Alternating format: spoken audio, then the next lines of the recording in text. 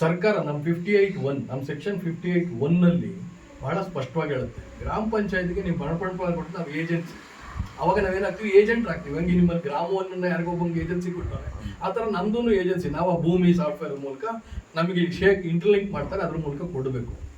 ಈಗ ನಮ್ಮಲ್ಲಿ NREGA ಇವೆಲ್ಲ ಮಾಡೋದ ಕಾರಣಕ್ಕೆ ಇರೋ ಒಬ್ಬ ಡಾಟಾ ಎಂಟ್ರಿ ಆಪರೇಟರ್ಗೆ ತುಂಬ ವರ್ಕ್ ಲೋಡ್ ಇದೆ, ಎಲ್ಲ ಆನ್ಲೈನಲ್ಲೇ ಮಾಡ್ಬೇಕೀಗ, ಯಾವುದು ಪೇಪರ್ ವರ್ಕ್ ಇಲ್ಲ.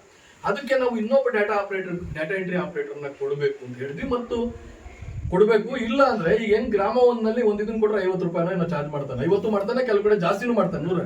ನಮ್ಗೆ ಅವ್ರು ಏನು ಕೊಡ್ತಿಲ್ಲ, ನಾವು ಸ್ವಂತ ಬಂಡವಾಳ ಯಾಕೆ ಮಾಡಬೇಕು? ನಾವು ಇನ್ನೊಬ್ಬ ಡಾಟಾ ಎಂಟ್ರಿ ಆಪರೇಟರ್ ಇಟ್ಕೊಳಕ್ ಹೋಗಲ್ಲ, ಯಾಕಂದ್ರೆ ನಮ್ಮ ಆಕ್ಟ್ ಅಲ್ಲಿ ಇನ್ನೊಬ್ಬನ ಪ್ರಾವಿಷನ್ ಮಾಡಿಲ್ಲ ಸರ್ಕಾರದಲ್ಲಿ. ಹಂಗಾಗಿ ಇನ್ನೊಬ್ಬ ನಾನೇ ತಗೊಳಕ್ ಬರಲ್ಲ, ಅವ್ರ ಪರ್ಮಿಷನ್ ಬೇಕಾಗುತ್ತೆ ಸರ್ಕಾರ ಕಾನೂನು ಪ್ರದವಾಗಿ.